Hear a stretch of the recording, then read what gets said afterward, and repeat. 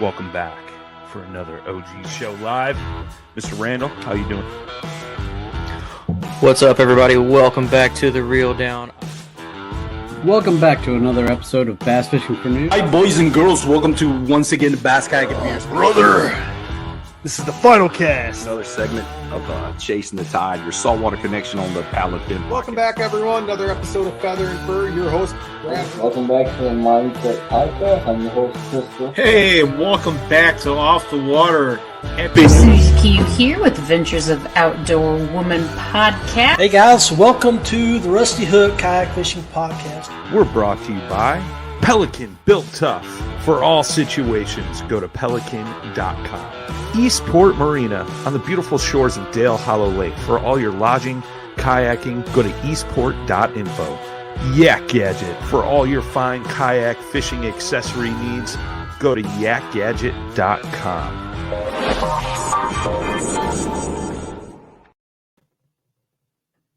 What's up, guys? You're listening to the final cast on Paddle and Fin Podcast. I'm Brad. I'm Matt. And there he is. The ever infamous Matt face. To start off the show. I love it. Yeah. I like to bring it out occasionally just to have it, since everyone in the wedding party from Justin's wedding is making fun of my face. So, yeah. That was a funny picture, though, because you're like serious, but you're about to laugh. It looks like I don't think I was. I honestly just think because you were like put on. Yeah, I almost looked like I had to take a poop. That's what it looked like, and I probably did because Justin, I love you to death. It's a long wedding. Yeah, so that was a long wedding, but it's all right. It's all good. Dude, let's talk about our fishing adventure this weekend real quick. This past weekend. It's more of an adventure for you. I just went out and got cold and had a 10-inch slap the side of my boat when I was trying to, I call it winter rules, so it counted. It counted. And you've even, you're the one who told me the winter rules. Like, if it's right next to the boat and comes off, it counted. The only reason I had a Vision 110 on.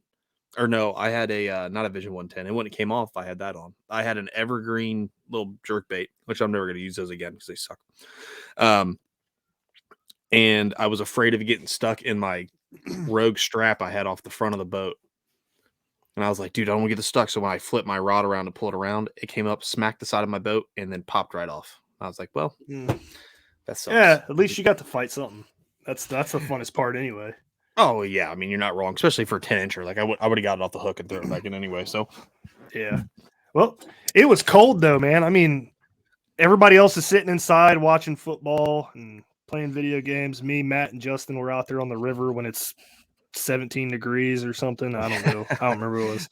But it was a sunny day. And those sunny days in the wintertime, man, the fish get fired up. I think they're just sunbathing or what, but I ended up catching 2 and a really big carp. Dude, that carp was huge. I thought you were stuck. I come up beside you. I see your rod literally curled over on itself. And I was like, dude, are you stuck? No, something's on it. No, I thought I was stuck too. I started paddling over to it because I was going to get it unstuck. And my line just started slowly moving. I'm like, what is going on here? I foul hooked a carp in the back. So it was a good sized carp. It was a huge carp. It was massive. But he wasn't moving. He was just glued to the bottom just because it was so cold. You know what I mean? Yeah, I'm about to say. I don't know a whole lot about carp. We saw a school of them. They were a lot smaller, obviously, but and they weren't acting like it was cold. They were just acting like any other day. So I don't know if the bigger carp I'm not a carp angler. So if we have any European listeners because that's. Forgive my ignorance, but it feels like all you guys fish for are big carp, and then a couple of you fish for ginormous perch. Yeah, that's about it. So if it gets really cold, do carp just stop moving? If they're big, let us know. I would like to know that, and I'm too lazy to do a Google search to figure it out in about 8.5 seconds. So let us know, and it would also make me happy if we have some European listeners. That'd be cool. I doubt we do, but it'd be sick. But we caught fish on the jerkbait. I caught a couple nice ones, a 19.5 and a 17. Long pauses on the jerkbait, 15 plus seconds. Just sitting there suspended. Matt broke one of his brand new Megabass Vision 110s. So that's always good. Dude, it's so stupid too. So I was thinking, I was like, you know what? I'm gonna be sneaky. It's a brand new matte white Vision 110. There's a little like super shallow spot of the river with ice, and where we were catching all the fish was kind of in the not where I caught my fish, but they were catching their fish was this right where the sun was baking on it. So I was like, I'm gonna throw this jerk bait up on the ice and then move it off of the ice so it kind of plops in, maybe something sitting right there, ambushing, whatever. So I did that. It got stuck on ice, of course. So I break a whole big thing of ice off, and it finally comes free, and I'm sitting there jerking it. I was like, well, this is jerking really weird. It's like not diving at all. It's only going down like 3 inches. It's like, well, whatever. Maybe it's just something. So I brought it back in. I paid attention to the ice on my guides and my line, not the bait. Kept throwing it. I threw that thing for another like 10 minutes. And I kept looking at it. I was like, man, it's not going. Why is it not going down? And then I pull it up. We're moving to a spot. And I'm looking at it. I was like, well, this is stupid. I guess when I hit that ice, I broke the bill clean off. Like just snapped it off. And that sucked. Yeah, I'm going to see if I can I'm going to email Megabass to see if they'll send me another one. Yeah, you should. So worst case they're going to say is no. So yeah, it is what it is. But overall, fun trip. We were only out there for a few hours, and then we got cold. So I didn't get cold. I'll be straight up honest with you. My neck was bothering me because I didn't have anything to stop the gasket. But I tell you what, merino wool socks, 1 pair, a sweatshirt, and some sweatpants, and I had some long johns on too. Yeah. But that and the dry soup felt great.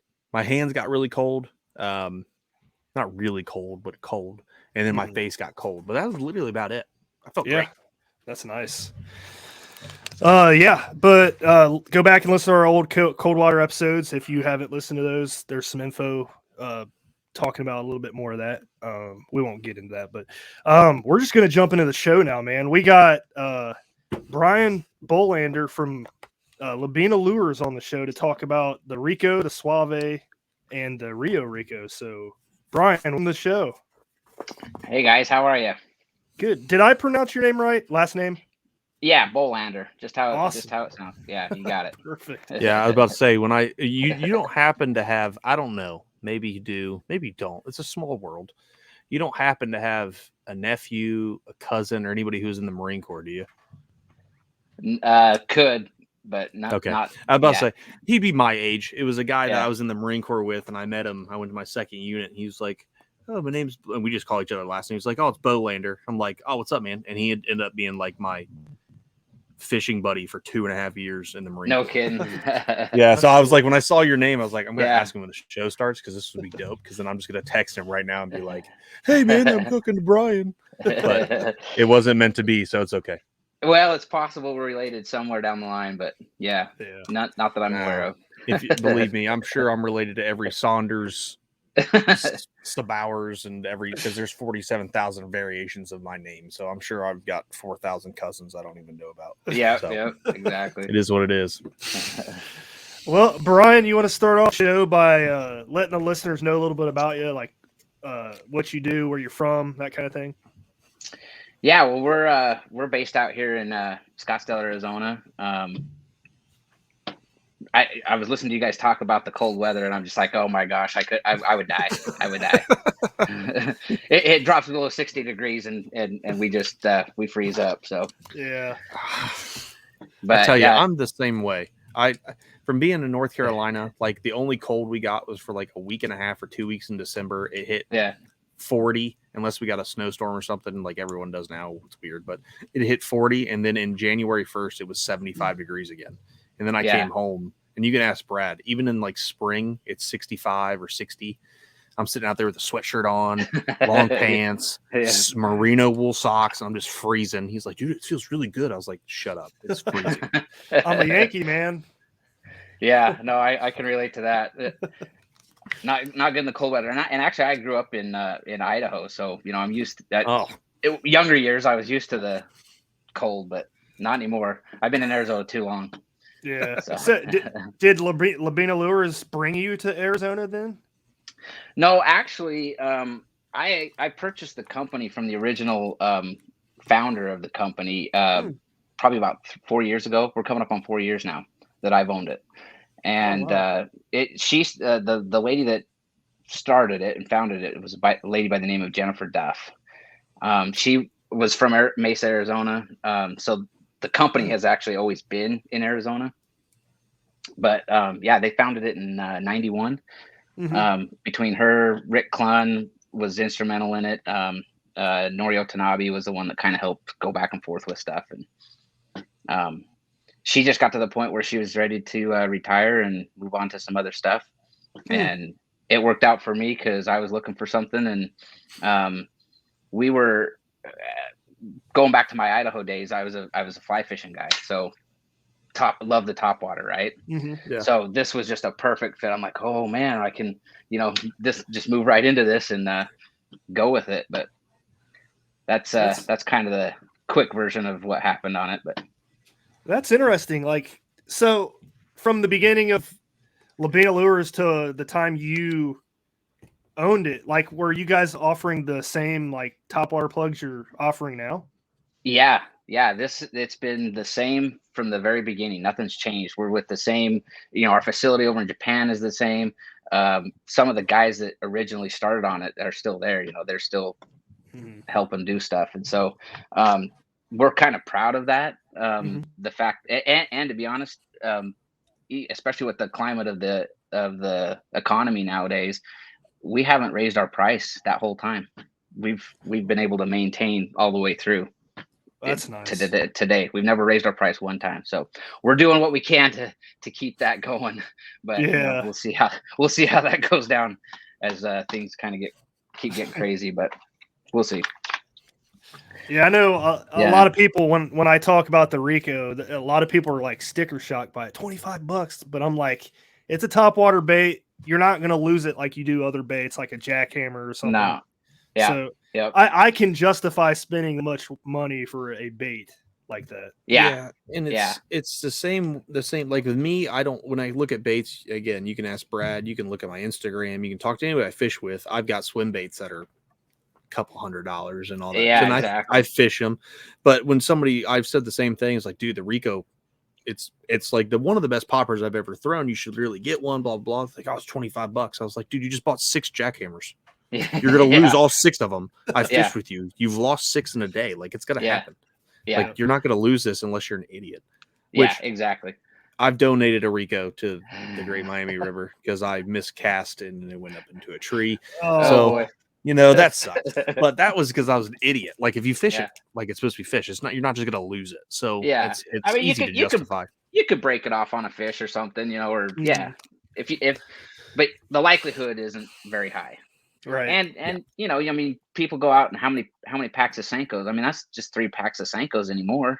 And you burn through those in a day too. So that's true. It's all relative, I guess. No, I agree 100%. So speaking about the Rico, so I get this question a lot too. Like, what makes it so different from like the cheaper versions of poppers? Like, what makes the Rico stand out more? Well, it's in the design. Actually, the cup is one of the big parts of it. When they were first designing this, Rick Clunn was using it to fish super fast with, and it's designed to be able to fish it fast so that and it doesn't blow out of the water. Sometimes when you're working those other ones really fast, they just kind of roll over, they pop out, they just kind of fling all over the place. But these, you can actually work them really, really fast, and they're going to stay in that water where they need to be. We're using quality components on it. Gamakatsu hooks, everything is just premium the most premium stuff that you can get. And then the other part is it's our finishes on it. We still, and I think we may be the only ones that are still doing this, but we have a foil finish on these, and those are all hand laid. Everything is hand done on these things, so it just gives a little bit more different texture to it. Makes it a little bit more realistic in that regard. And then the sound chambers too.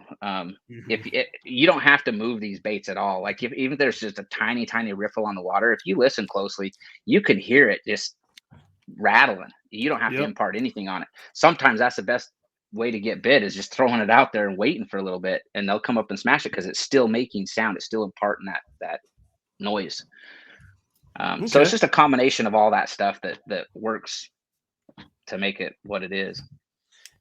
Yeah, that's one thing I've noticed is the sound. So, like, for example, again, I think I've talked to Brad about this. There's a guy I talk to about it at work all the time. He fishes for walleye pretty regularly, and I'm sure you're familiar with the brand Smithwick. They've been making jerk baits that look like they are from 1960 and they haven't changed at all. Yeah. I, as a mega bass fan, and as you know, these are, they have a lot of Japanese inspiration into them. As a mega bass fan, mega bass jerk baits just look amazing. Yes. And I can't make myself buy a Smithwick or use it. But I can tell you the reason why Smithwicks are still so popular is because of their sound. There's almost no jerkbait on the market that sounds like a Smithwick. Yep. It's ridiculously super precise, I would suppose. But the same thing when I got the Rico, I had it was either a KVD popper, a Strike King popper. It was something else. I can't remember. Or it was actually, no, it wasn't. It was a mega bass popper. And I was hitting the mega bass popper and then I was hitting the Rico. And I was like, man, this Rico just sounds better. It's a little bit more tingy. A little bit more.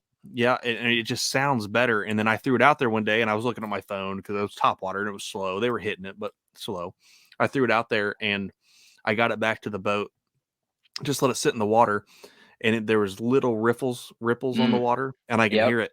Ting, ting. I could just hear it. And I was like, I'm not even doing anything. And I can hear it. And it's like, so that's awesome. Yeah.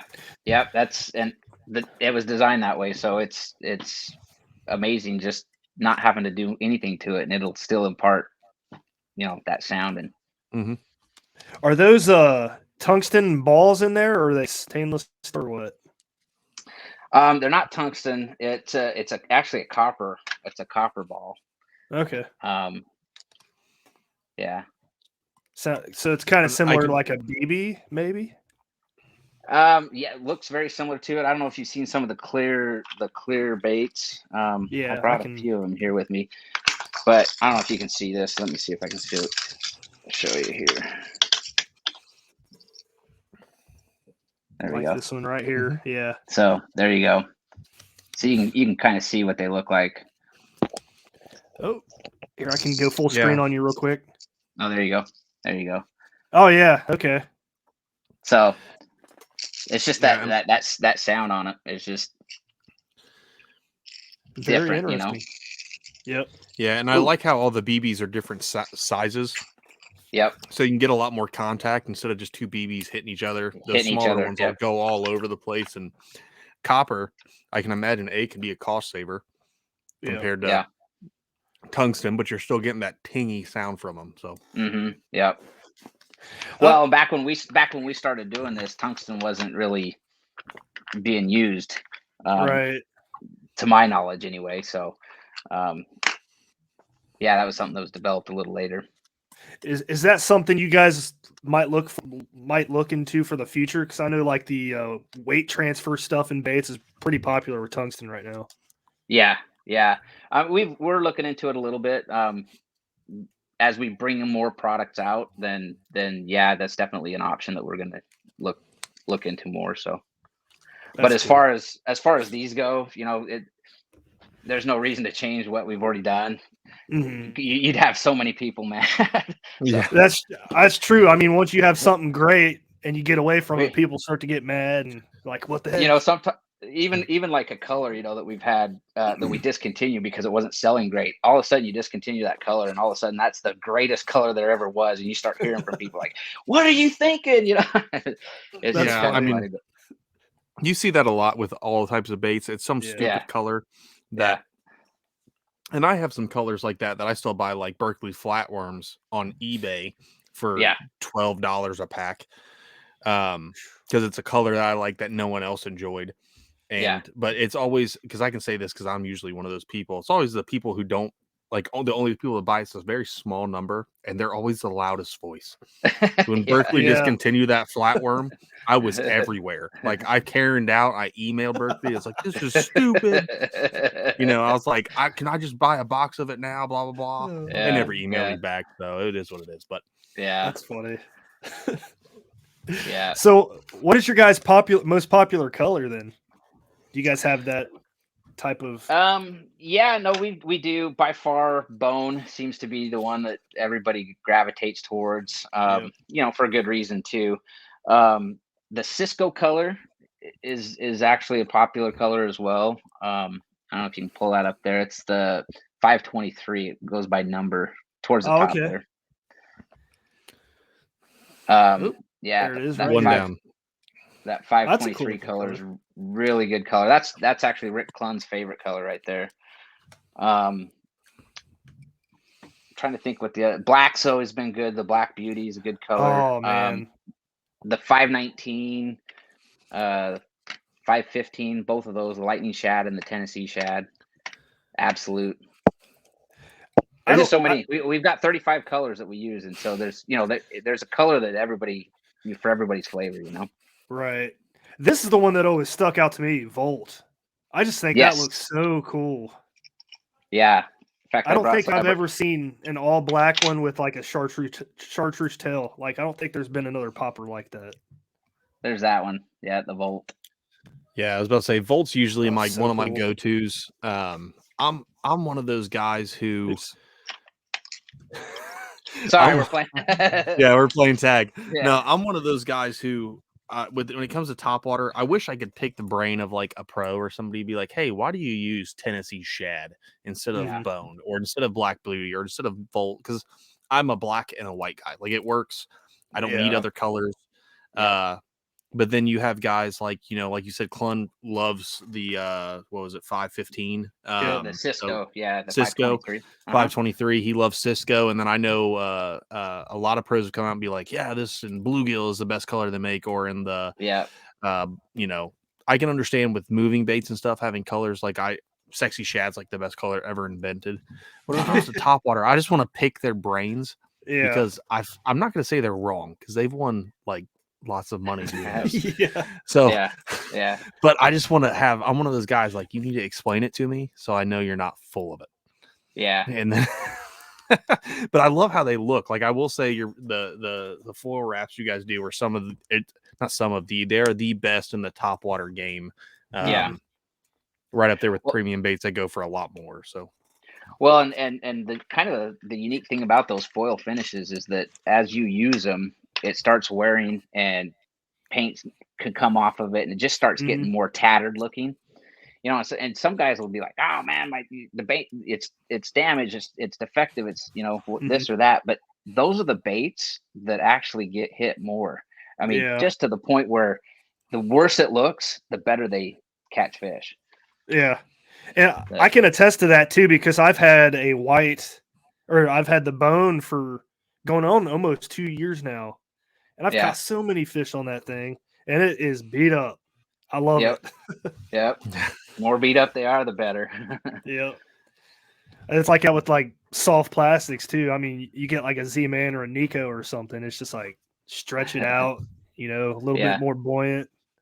I was about to say, that's in the swim bait world. If your swim bait looks beat up, that's one of your prized possessions. Like, I have a swim bait I don't even throw anymore, and it looks like it was like hit with a weed whacker.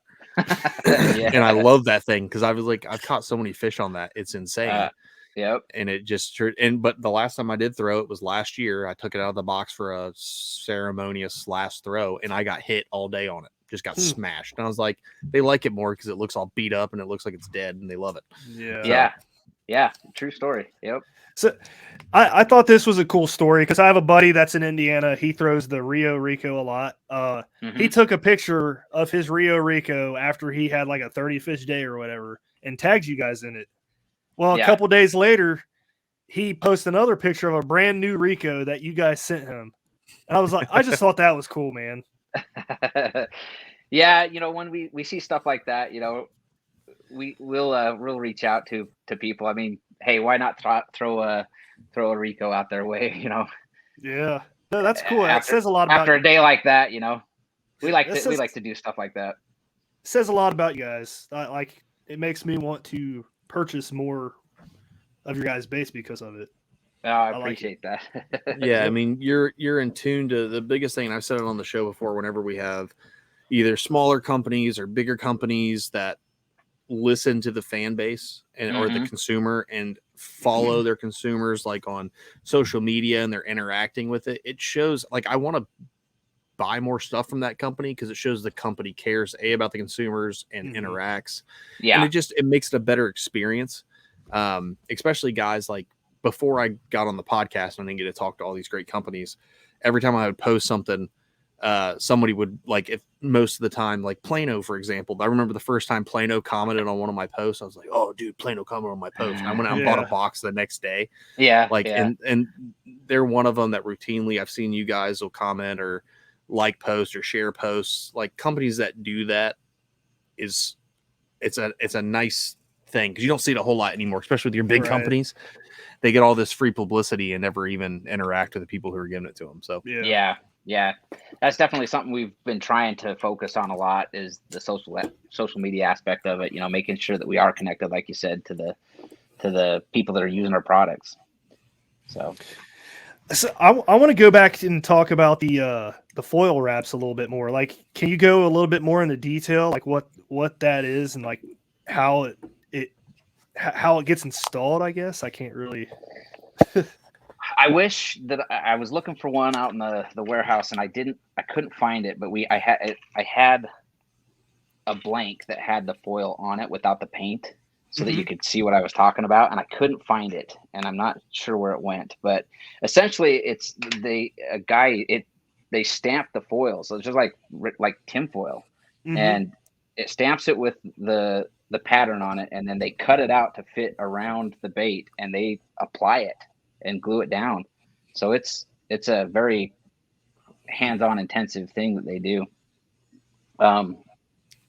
And then of course the finish gets applied over that, or the paint gets applied over top of that. So and that's even for like the solid colored ones. Nope, that you guys sell? not the solid, like this is here. I'll see if you can see the difference here. Yep, I'll put you full screen. So this is the albino. You can see. Oh, okay, yeah. Okay, if I hold that, see how it's got you can see the foil stamping on there, right? And then if you take the other one, like this Volt, it's just solid. Okay. So that does not have the foil finish on it. There's about, I don't know, maybe 10 of our colors that have this foil finish on them. Okay. And these were some of the these were the earlier ones, the first colors that had the foil finish on them. Are you saying the first colors from like the early 90s? Yeah, from way back, when they were starting to develop the colors. Right. So if you look at the top on our website there, 515, like the first 5 or 6 colors are all foil finished ones. Oh, Lightning okay. Shad, Tennessee Shad, Absolute, Fry, CL Shad is a foil finish. Cisco is a foil finish. Oh, okay, I got you. Yeah, you can tell. You can kind of see, and then obviously bone isn't. Some of the clear stuff is not. Right. Very cool. Yeah. There's not like I said, there's not a lot of companies. In fact, we probably are the only ones still doing a foil finish. Most of them have gone to stamping it into the body of the bait and then just applying the paint over it, which is more durable. But I don't think that you can't get that same tattered look over time.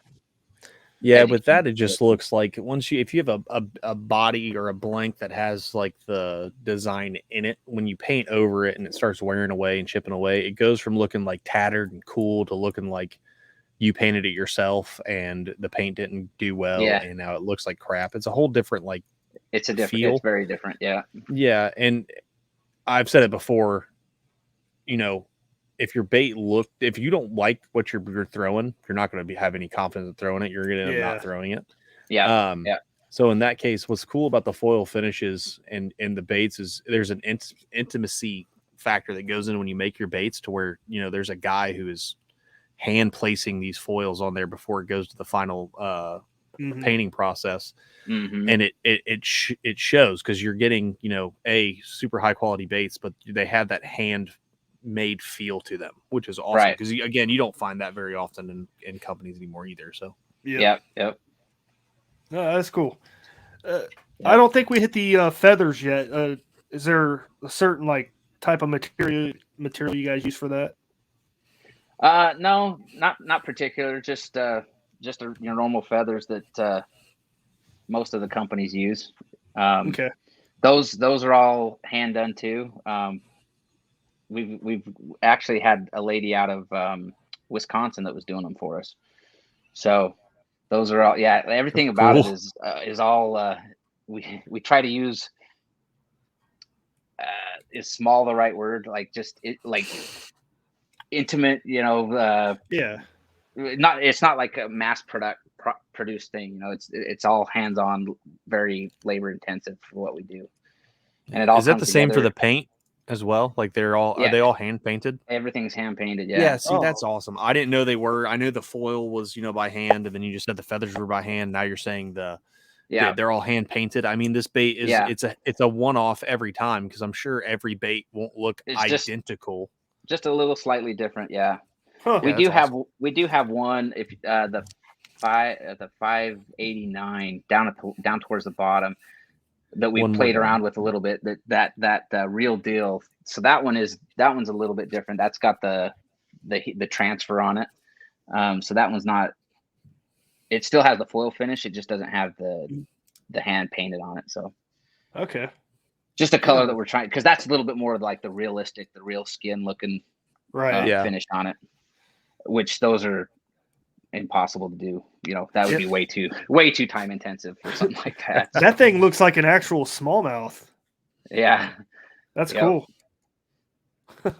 Yeah, that's awesome.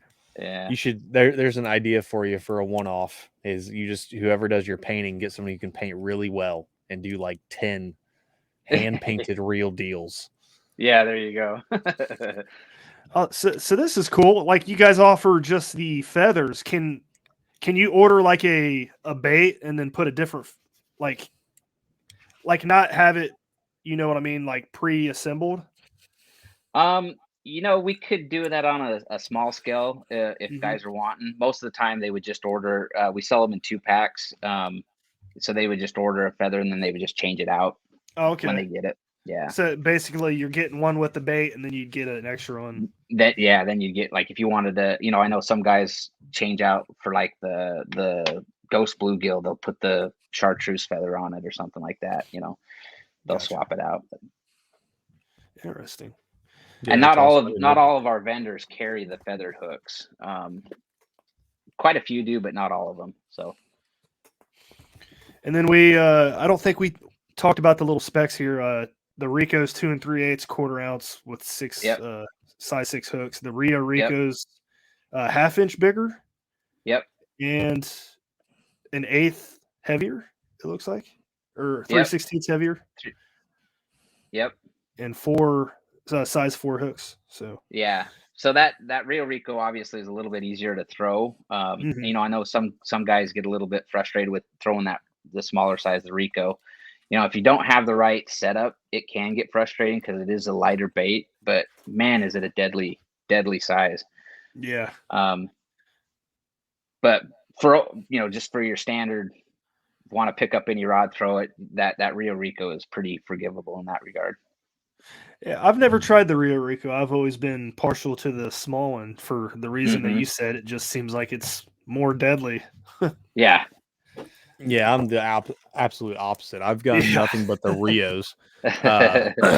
And I've wanted the Rico. Like, I have the gear to throw super light stuff. Yeah. And the joy of MGL reels is they'll throw anything you really put on there, so it doesn't really matter. But I got the Rio just because I wanted to bomb it. So I wanted that extra 3/16 so I can just put on a bait casting reel and send it across the waterway to wherever I want, so I don't have to go over and blow up the spot. But I've seen Brad cast the Rico and it casts just as well. So I mean, it's I was mistaken. I should have just got the smaller one, because I will say on days he will get better bites than I will on the Rio, just because it's where we're fishing in the river. I mean, smaller stuff tends to get bit a little bit better. Sure. But sometimes they just want it smaller. I mean, if a lot of times when I'm throwing the Rio Rico and I'm not getting bit, you downsize and that's the ticket. And and sometimes they want the bigger one and they won't touch the smaller one. It just as bass fishing, right? Yeah. As Dan Perry said on Bass Fishing for Noobs segment, it's the smaller finesse baits. They're the Doritos. They're the little snack-sized Doritos for fish. Yeah. Yeah, for sure. So sometimes you want that snack, sometimes you want the 6-ounce steak. So it just depends. Yep. That's funny. Well, Oh man, I think we hit these two pretty good. Unless, Yeah. go ahead, Matt. No, we covered. I was gonna ask questions about the cup, but you covered that like right off the get go. So that took one of the big questions I had out, and then we've talked about everything else. I'm super happy to know these are essentially handmade baits, 100% from start to finish. They're handmade, which is awesome. I love that. So the next product here we're going to talk about is the Rico Suave. I haven't thrown one yet. I am highly addicted to walking baits now, and that's like a recent thing. Oh man. So do you want to talk a little bit about the Rico Suave? Like, is that a newer product for you guys, or has that been around for a while? No, the Suave's been around for a while. I'm not 100% sure when it was introduced into the company, but it's probably been around 15 years or so. And the Suave, I would say it's a finesse walk the bait. Mm-hmm. It is an underrated bait. Not a lot of guys throw it, but the ones that do, it's really deadly. It's just there's something about it that you're able to walk it, and the width of the walk that you can get on it if you're working it right.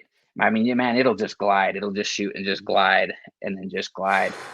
So you can really walk it in a wide pattern or a really tight pattern.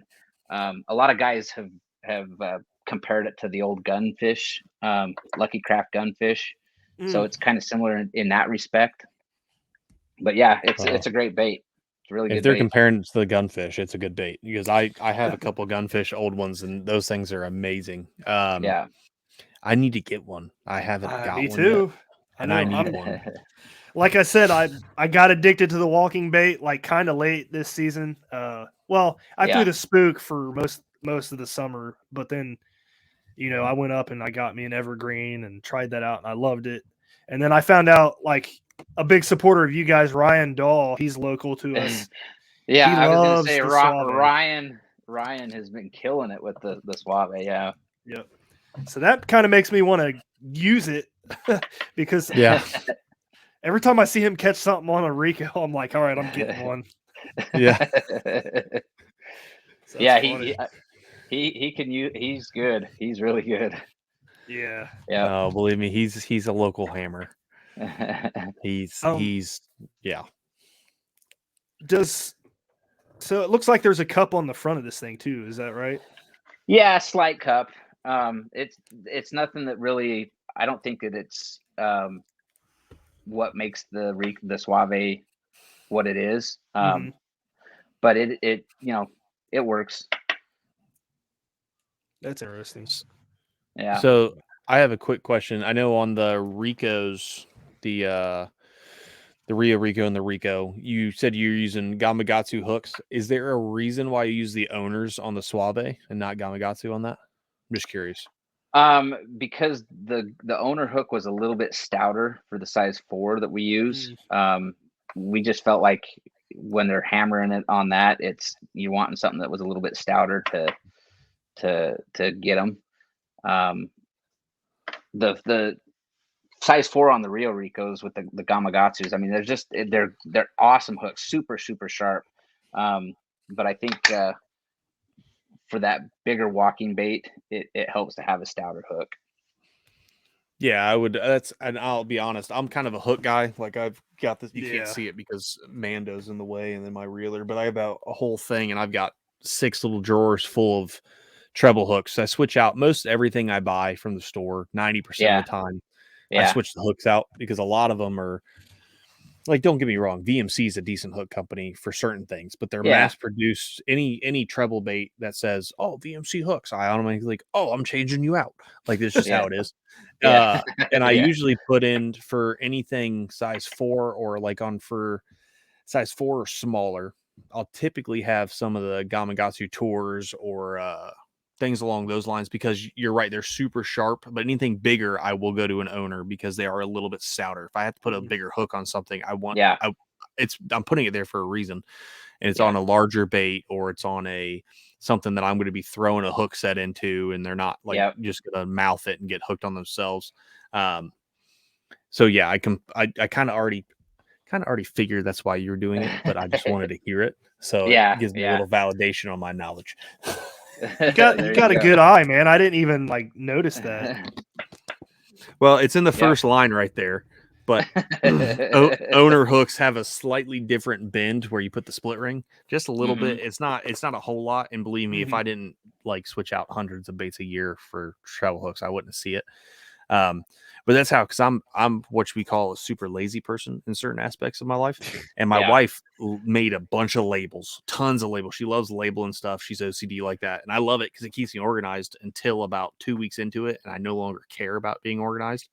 So of those 6 drawers of hooks, there's just mismatched brands, sizes, and everything. So I've learned to look at little tiny stuff, and I can look at the bend where the split ring goes and be like, that's an owner. That's a, XYZ. That's a this. That's a Dachi. You pick stuff up when you look at tiny stuff. Yeah, that's impressive. It's taken me a while. Matt's real big into all the gear. I've never. I mean, there's people out there, but Matt, his basement looks like a tackle shop. He has turnstiles of stuff. It's pretty crazy. I mean, this is just one of them, and it's got 4 rows, and it's full of stuff. I mean, I've got an XI3 in front of me. I've got a motor. I've got 6 or 4 batteries back here sitting. I've got Plano boxes. I've got boxes that aren't even unwrapped yet that are just waiting for stuff. If I could show you this, I wish I could. My camera, if I move my camera, it'll turn off and be stupid. But my whole table is just stuff. Yeah, you could definitely open up your own retail store down in your basement. At least for a month before I run out of stuff. But I probably could. That's funny, man. Yeah. Well, is there a reason why there isn't as many colors in the Rico Suave as there are Ricos? There used to be, but like I said, that it's not a bait that people are using a ton of. It kind of ebbs and flows with popularity. 1 year that might just be going gangbusters, and then the next year it just doesn't. So we've kind of scaled back to the colors that we felt like worked. Some of the more popular selling colors, and then when I purchased the company, that's kind of where it was at. So we haven't really gone as far as putting more colors out there. It's something that we're looking at, adding more colors to the lineup of this. But we'll see as we move forward if that's what we do. Well, we're just gonna have to get some and catch some fish on them, Matt, and then tell everybody to go get one. Yeah, we'll help you out on that aspect, because I already know from Ryan. It's because me and Brad, like he said earlier, he got an Evergreen shower blows. I've been using them for a while. I love the shower blows. Yeah. And talking to Ryan, he was like, "Yeah, shower blows are really cool, but have you used a Suave?" I was like, "No, I didn't even know that was a thing." And then he sent me a video of him walking. He's like, "I'm barely doing anything." Yeah. I was like, "Dude, that walks easier than anything I've used, and it looks better, and the walk is super wide." It is. It is. So yeah, man, I'm gonna get a couple, and I'm gonna smack them. Perfect. Oh. Well, I think we're winding down here. Unless Matt, you got anything else to add? But I think we covered pretty much everything we wanted to hit. Yeah. I mean, I don't have anything to add. Brian, thanks for coming on. I love when we have, because I guess you would be classified as a small business, even though it's not. This is one of those where it's like it's a small business, but it's not, because of how long you've been doing business, how popular the baits are. Yeah. But I love when stuff comes on, because a lot of people, especially that in our community, that we know all the guys in, they know the Rio. That's mostly because we have a small tackle shop that carries them. Yeah. The only question I had, have you guys thought about expanding at all? Or is that, I'm just curious. Again. No, absolutely 100%. Because when I purchased the company, that's what the main ambition is, okay, Rico's been here for 30 years. It's had its mainstay it's not going anywhere. Let's expand on it. So my envisionment for the company is to stay in the topwater niche and just become the best topwater bait company that's out there. And so we are looking at adding things like, frog, maybe a spook style bait, buzz baits. Who knows? We're working on those designs. And like I said, there's one that I'm hoping by next summer we will be coming out with the one that we've been working on since COVID hit. Nice. And it's a little bit of a twist on the Rico. So I think it'll be the prototypes that we've been using on it absolutely been murdering them. Oh. Nice. Well, if you need any testers, okay.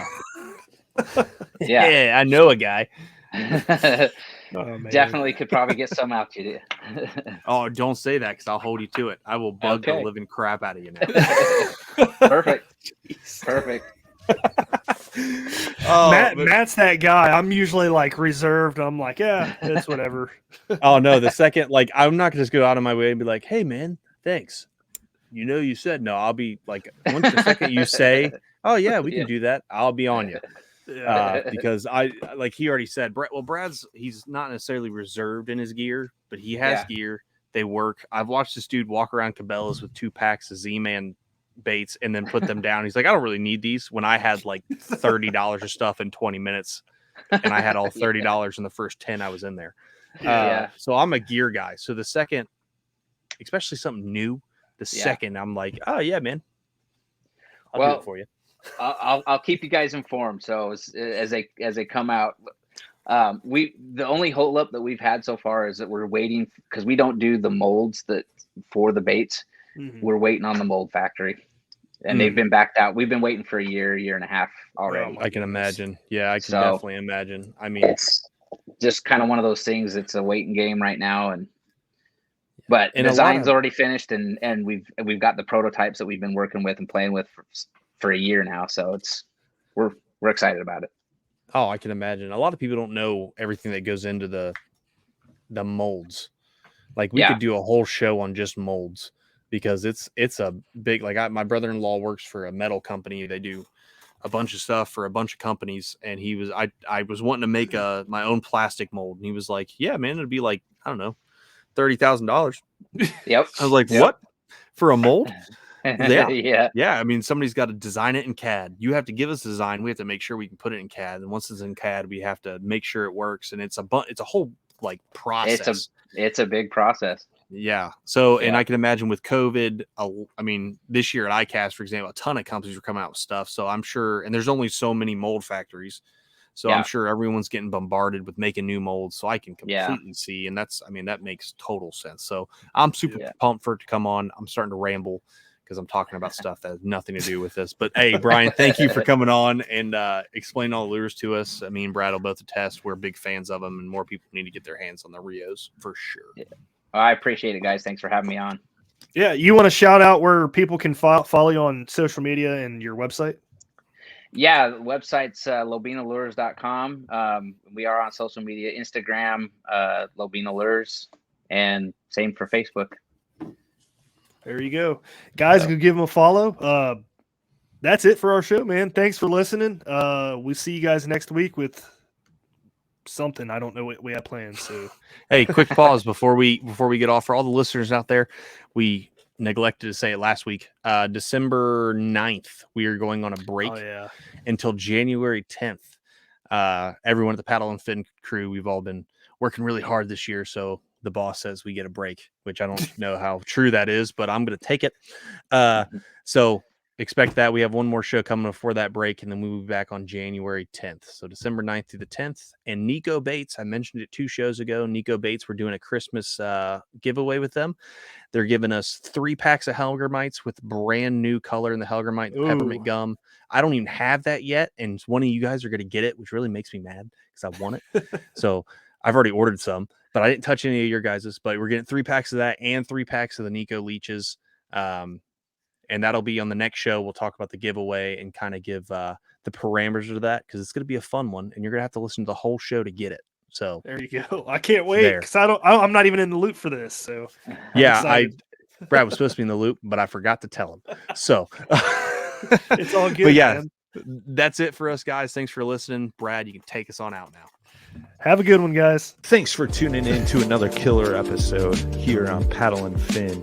Be sure to drop a 5-star rating, a thumbs up, or smash that subscribe button on any platform you're listening in on. Be sure to check us out on Waypoint TV, waypointtv.com. Make sure you sign up for the Fantasy Kayak Fishing League at paddleandfin.com/fantasy.